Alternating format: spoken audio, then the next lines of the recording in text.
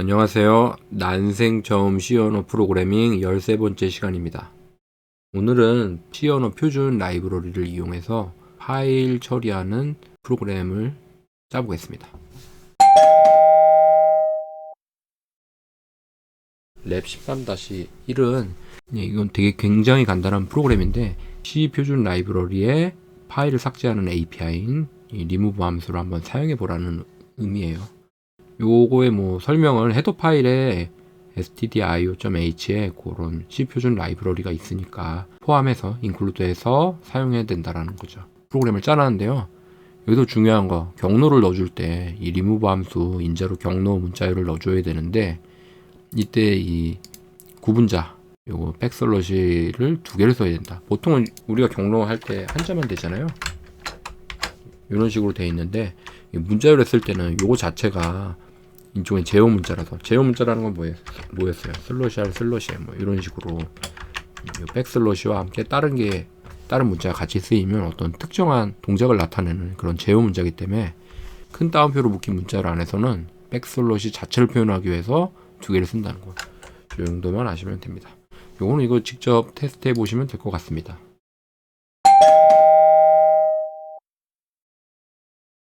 랩 13-2는 원하는 경로에 빈 파일을 생성하기인데요.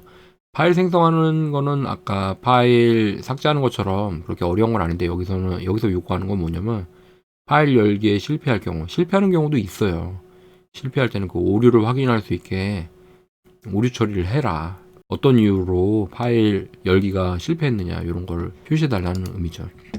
이렇게 프로그램을 짜는데요. 이렇게 하면 파일 이렇게 Fo픈으로 파일 열기가 성공을 할 텐데 성공하면 이제 여기 파일 포인터 널이 아닌 어떤 값으로 들어올 거고 그리고 연 다음에 이제 바로 닫을 거고 실패하면 이제 널 값이 오겠죠. 널은 0이라고 했으니까 여기 if를 타지 않고 요 else를 타서 여기 보시면은 퍼센트인데 에러 넘버를 출력하고 숫자죠. 숫자. 그리고 그 숫자에 해당하는 요 함수 있잖아요. str이라는 함수는 그 에러 넘버를 넘겨주면은 숫자에 해당하는 에러 번호에 해당하는 문자열 반환돼요. 그래서 출력을 해줄 수 있는 거죠. 예를 들어 에러 번호 몇 번에 이 번호의 의미가 뭐라고 출력이 돼요. 파일 열기 실패하는 경우가 찾기가 많지는 않은데 사실은 일단 여기 보시면은 이게 지금 C 드라이브잖아요. 우리 윈도우에서 주로 테스트를 하는데 윈도우에서는 관리자 권한이라는 게 쓰이거든요. C 드라이브는 파일을 함부로 지우거나 쓸 수가 없어요. 파일을 쓰거나 지우려고 하면 관리자 권한 창이라고 UAC 창이라고 뜰 거예요. 권한이 있냐, 진짜 원하느냐, 이렇게 파일을 만들 거냐, 아니면 삭제할 거냐, 이런 거를 사용자한테 직접 동의를 받는 창을 띄워요. 그죠? 예를 들어서 그 해당 프로그램이 우리 지금 이 비주얼 스튜디오가 이 프로그램을 실행할 텐데 비주얼 스튜디오 자체가 관리자 권한을 갖고 뜨면은 UAC 창, 관리자 권한 요걸 확인하는 창이 안 뜨고도 바로 성공할 수 있는 거죠. 저는 지금 상태로 보면은 이 관리자 권한이면 여기 표시가 되거든요. 관리자 권한으로 뜬 건 아닐 거예요.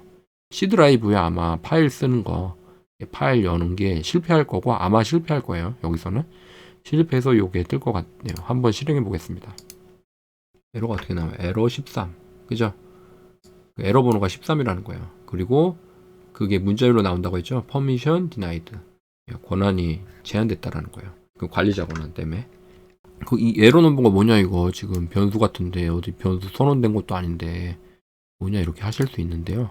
시스템에서 사용하는 거라서 여기 지금 이 헤더 파일에 가면은 볼 수 있어요. 여기 이미 정의된 거예요. 미리. 시스템이 마련해 놓은 변수라고 생각하시면 돼요. 엄밀히 말하면 변수는 아닌데 마치 변수처럼 사용하는 것처럼 지금 실제로 보시면 변수처럼 사용하고 있잖아요. 에러 번호가 저장된 변수처럼 사용하고 있죠. 이건 언제 설정이 되느냐? 아까 13이라는 게 설정이 됐잖아요. 이렇게 파일 관련된 처리, 예를 들어서 열기나 삭제 이런 거를 할 때 에러가 발생하면 그때 이제 시스템이 이 에러 넘버라는 시스템 변수라고 할 수 있죠. 여기에 이제 그 에러 번호를 넣어주는 거예요. 그러면 그 번호를 그냥 그대로 여기 streror이라는 함수에 넣어주면 permission denied라고 그거를 얻을 수 있는 거죠. 문자열을.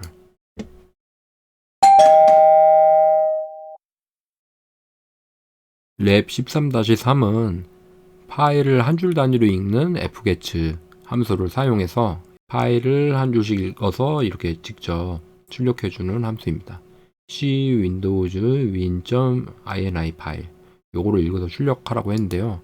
요게 거의 대부분의 윈도우에 실제로 이렇게 존재하고 있어요. 윈도우 10 이상은 아마 이 파일이 반드시 있을 거예요. 그래서 요 파일을 선택했고요. 만일 없으면, 요 파일이 없으면 실패할 거 아니에요. 그러면 여기도 에러 처리를 했죠. 실패 처리를. 그럴 경우에는 한번 실제로 윈도우 탐색기 여셔서 이 파일이 진짜로 있는지 읽어지는지 그거를 확인해 보시면 될 것 같아요. F5를 해서 파일이 열리면 뭐 성공하겠죠. 대부분 존재하는 파일이니까. 실패하면 여기 에러 메시지를 출력해 주고요.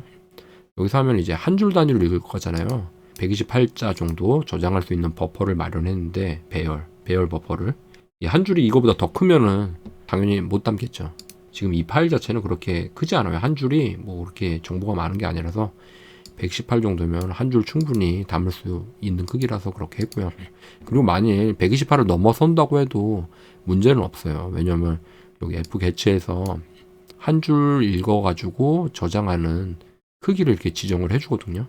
그 크기가 한 줄을 읽었는데 굉장히 길었는데도 버퍼의 크기를 지정을 해주면 그 크기만큼만 읽어서 이 버퍼에 채워주기 때문에 큰 문제는 없어요. 대신 그 한 줄 전체를 온전히 다 읽지를 못하겠죠.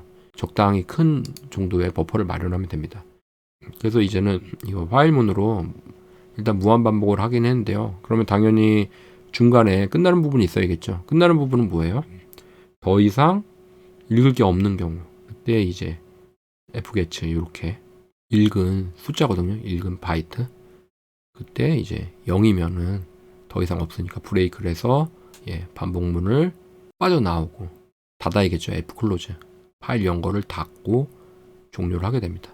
이건 이제 한 줄 단위로 읽는 거니까. 그리고 여기 파일 여기 마지막 인자는 파일 포인터. 그걸 넣어주면은 읽는 족족 한 줄 읽었으니까 성공을 했으면 한 줄씩 출력을 하겠죠. 여기 프린트 F로 이렇게 할 거예요. 이러면 이런 식으로 출력이 잘 됩니다. 그럼 한번 해볼까요? 이 파일 자체 내용은 PC마다 다를 수 있으니까 이런 식으로 저는 출력이 됐네요. 이렇게 출력이 됐습니다. 네, 제가 실수를 좀 했어요. 제가 뭐를 실수했는지 요거를 직접 설명하는 게 더 여러분한테 도움이 될 것 같아서 그렇게 말씀을 드릴게요. 저도 이거를 좀 설명드리면서 이상했거든요. 제가 아까 방금 전에 설명한 건 뭐였어요? 한 줄마다 읽을 때 읽은 바이트 수라고 했잖아요. 수를 반환하는 게 아니라 읽은 문자열을 나타내는 포인터를 반환해요. 그러니까 사실은 이게 읽은 바이트 수를 나타내면 요 파일에 아무것도 없는 줄도 있을 수 있잖아요. 그죠? 읽을 게 없는 줄. 그런 게 나타내면 어떻게 되겠어요? 여기서 그냥 빠져나갈 수 있겠죠. 줄이 없는 경우도 줄이 없는 경우가 있을 수 있나요? 슬러시 R, 슬러시 N 뭐 이런 게 있으니까 그러진 않겠네요. 그런데 일단 요게 읽은 바이트는 아니라 어떻게 해야 될까요? 요거예요. 이런 식으로 실제 읽은 문자열을 나타내요. 저도 순간 좀 당황해서 코드를 좀 잘못 짰네요. 요거는 아마 그래서 예제로 요 문제의 랩의 풀이 요것도 잘못됐을 것 같은데 요거는 잘 고치시면 될 것 같아요. 이렇게 해도 이게 맞는 거죠. 이렇게 하면은 이제 전혀 상관이 없습니다. 요게 왜 포인터로 되어 있냐면 이게 나중에 이렇게 읽다 보면은 맨 파일 끝에 도달할 거 아니에요. 파일 끝에 도달하면은 이게 널이 와요. 파일 끝에 도달이 되면은 더 이상 읽을 게 없을 경우에 그걸 알 수 있는 거죠. 널이 들어오면은 여기가 안 찍히는 거고 이제 브레이크를 해서 프로그램을 종료하면 되니까. 이렇게 13-3은 마치겠습니다.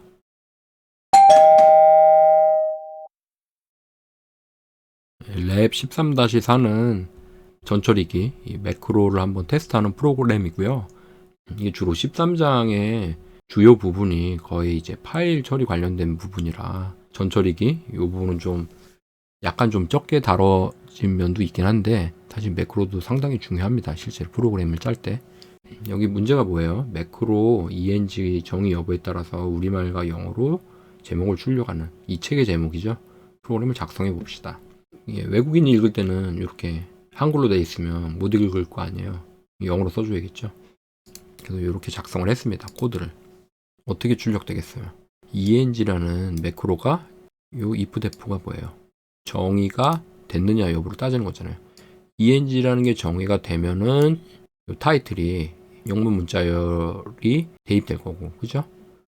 요게 지금 정의가 안 됐으니까 우리말 문자열이 타이틀에 들어가겠죠. 그럼 출력하면 난생.C 프로그래밍이 나올 거예요. 여기 지금 화면에 잘 보이실지 모르겠는데 여기 보면 약간 흐리지 않나요? 흐리잖아요. 이게 여긴 좀 진하고, 그죠? 이제 비활성화된 느낌이 들죠. 이걸 왜 그러냐면 비주얼 스튜디오가 그걸 알고 있어요. 얘가 지금 ENG 매크로가 정의되지 않았기 때문에 여기는 지금 비활성화 시킨 거예요. 요거는 요 코드는 컴파일 되지 않는다라는 거. 얘는 컴파일 된다라는 거. 그래서 요거를 실행하면 난생.C 프로그램이 나오는데, 그러면 실제로 정의를 해볼까요?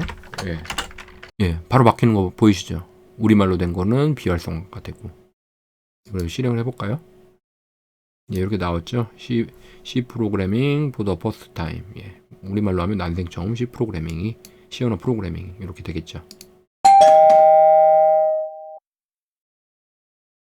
13장의 마지막 문제인 실전 예제입니다. 복사 붙여넣기. 그거를 그대로 구현했다라고 보시면 돼요. 소스에서 데스티네이션. 복사할 파일, 복사될 위치. 공통적으로 존재하는 파일, C의 윈도우의 win.ini 파일. 요거를 읽어서 D 드라이브에 win.ini에 만들 거예요.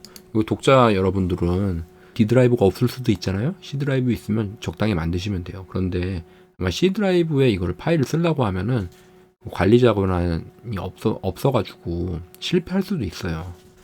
그렇기 때문에 저는 D 드라이브가 있으니까 이렇게 쓴 거고, D 드라이브가 있으면 이렇게 D로 이렇게 하시면 돼요. 아니면 뭐 C 드라이브밖에 없다 그러면 여기를 C로 고치고 대신 이제 비주얼 스튜디오를 관리자 권한으로 띄울 수가 있거든요. 그거는 좀 인터넷 검색을 해보셔서 관리자 권한으로 띄우는 방식으로 그렇게 하시면 될 것 같아요. 복사 원본 파일을 열어야겠죠. 그래서 엽니다. 이렇게 파일 포인터는 fsrc로 놓고, 그리고 이게 열리면 성공해야지 이제 복사할 파일도 열어야 되잖아요. 그래서 이때 성공하고 나면 복사할 파일의 파일 포인터를 여는 거죠. D 드라이브에 win.ini 여기 이제 쓰면서 여는 걸 새로 생성으로. 요 WB라는 건 뭐예요? 기존의 파일이 있어도 그냥 일단 연 다음에 기존 파일의 내용을 날리는 거죠. 그러니까 덮어 쓴다고 보시면 돼요. 복사될 대상 파일도 이제 성공적으로 열게 되면은 버퍼를 마련했는데 문자 32개, 그러니까 32바이트씩 읽어서 써줄 거예요. 그러니까 이 원본 파일을 32바이트 단위로 읽은 다음에 그 읽은 크기만큼을 이제 목적지 파일, 복사할 파일에 써주는 거죠. 바로 이전 예제에서는 그 f get를 썼잖아요. 한 줄 단위로 읽는 거. 근데 얘는 이제 버퍼 단위로 읽어요. 줄 단위로 읽는 게 아니라, 요게 줄 단위라는 거는 텍스트 파일이니까 줄이라는 개념이 있지. 사실은 이게 꼭 ini 파일이 아니더라도 요거 어떤 파일이라도 상관이 없어요. 뭐 exe 파일이어도 되고, 뭐 dll 아니면 뭐 동영상 파일, 뭐 이런 AVI 이런 것도 돼요. 그런 건 줄 단위가 없으니까 이제 버퍼 단위로 읽을 수밖에 없는 거죠. 32바이트씩 읽겠다라는 거고요. 그때는 이제 요게 읽어지면은 읽은 크기가 이제 반환이 돼요. 이렇게 아래. 그래서 제가 요걸 아까 fread가 이제 읽은 크기가 반환되는데, 그거를 이제 fget랑 좀 헷갈려가지고 설명을 잠깐 설명을 잘못 드렸죠. 그러면 여기서는 이제 32바이트씩 읽어야 되잖아요. 두 번째 인지랑 세 번째 인지가 중요한데, 사이즈랑 카운트라고 해서 요 두 값을 곱한 크기만큼 읽어요. 왜 그렇게 그냥 하나로 합치지? 뭐 이렇게 생각하실 수 있잖아요. 저도 그렇게 생각하고 있어요. 근데 이게 되게 오래전에 만들어진 함수라서 아마 이 데이터를 읽은 다음에 나눠서 저장하려는 목적으로 그렇게 설계가 된 것 같아요. 근데 보통은 이렇게 한꺼번에 읽을 때는 그래서 이 사이즈를 주로 1로 그냥 고정을 하고, 카운트에 요 32가 그대로 되도록, 사이즈 오브 버퍼 하면 32가 되겠죠. 그러니까 32바이트씩 읽겠다라는 거예요. 읽은 크기만큼 쓰게 되겠죠. 여기 목적지 파일에다가 읽은 크기만큼 쓰게 됩니다. 근데 뭐 이게 32의 배수가 아닐 수도 있잖아요. 파일이. 예를 들어서 뭐 파일 크기가 33이었어요. 그러면 처음에는 32를 읽겠고 그 다음에 읽을 때는 뭐가 돼요? 1만큼 읽게 되겠죠. 그러면 요 1바이트만큼 써주면 되는 거고. 그리고 이제 더 이상 읽을 게 없으면 뭐가 나와요? 0이 오겠죠. 여기를 타지 않고 바로 0을 읽었으니까 브레이크해서 파일을 종료해 줘야겠죠. 닫아 줘야겠죠. 목적지 파일을 닫으면서 이제 파일이 실제로 이제 생성이 되는 거죠. 복사된 게 마무리가 되는 거고. 그리고 여기서도 이제 에러는 안 났으니까 이제 소스 파일도 열었던 거 닫으면서 끝나게 됩니다. 요걸 이렇게 했는데 요거는 원하는 걸로 해보시면은 괜찮을 거예요. 그리고 성능을 위해서 한 번에 얼마씩 읽을까? 예를 들어서 이거는 32바이트씩 읽으니까 32바이트씩 나눠서 요게 계속 호출될 거 아니에요. 근데 요게 좀 크면은 큰 만큼 실행 횟수는 덜 되겠죠. 요런 것도 이제 조정을 하면서 성능을 개선할 수 있는 거고요. 오늘 13장 파일 처리하는 거와 매크로 전처리기 요거는 이렇게 살펴보면서 마무리를 짓겠습니다. 다음 시간에 만나요.